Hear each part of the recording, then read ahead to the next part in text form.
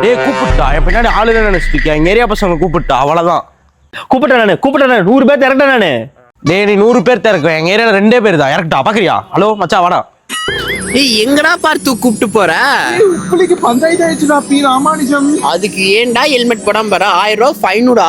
ஐயோ அவசரத்துல வந்துட்டேனேக்கோ. யாரு இவனுங்க நெத்தியில பட்ட கழுத்துல கொட்ட 3 பேர் மார்க்கமா இருக்கானுங்க. உப்பிலியாண்டான் பிரச்சனையை வளர்த்திட்டான். ஏன்டா கடங்காரா உங்க பெத்தவெல்லாம் உனக்கு நல்ல பழக்கம் சொல்லி தரலையா? ஏன்டா அபிஷ்டு இங்க வாடா. ஏன்டா இந்த குழந்தையான மட்டும் பிரச்சனை இழுக்கிறியா? ஏன்டா அபிஷ்டு பார்த்தசாரதி எவ்வளவு சாஃப்டானாலும் நோக்கி உம்பிட்டு தைரியம் இருந்தா அவனே நீ டென்ஷன் ஆக வைப்ப. பார்த்துக்கு கோவம் வந்துருச்சுடா விஷ்ணு. அகர முதல்ல எழுத்தெல்லாம் மாதி பகன்னு முதற்றே உலகு. ஏய் அவன் கோவப்பட்டு கெட்ட வார்த்தை பேச போறான்டா. ஏய் எருமாட்டு நாய் நீ. போ போ அந்த நாய் பரதேசி எச்சக்கால நீ. ஏய் அவ்வளவு பேசல. நீ வந்து ஜிராஃபி யானை சாணம். நீ மாட்டு சாணம். மாட்டு கோமித்து குடி. போ கோமித்து குடி. அம்பி வேண்டாம் நீ அதிகமா கெட்ட வார்த்தை பேசுற.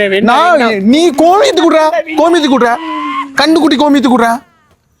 இவன் கோமித்து குடி. கோபுரம் இது கோமியம்மா?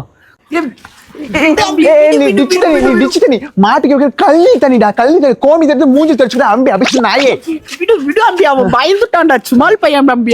ஒண்ணு வேணாடா. ஓட அபிஷ் அம்பி குழந்தாய். இவன் ஒரு ரவுடி மாதிரி இவனை 2 பேரும் இழுத்துட்டு வேற போறீங்கடா. சரவண பகவான்.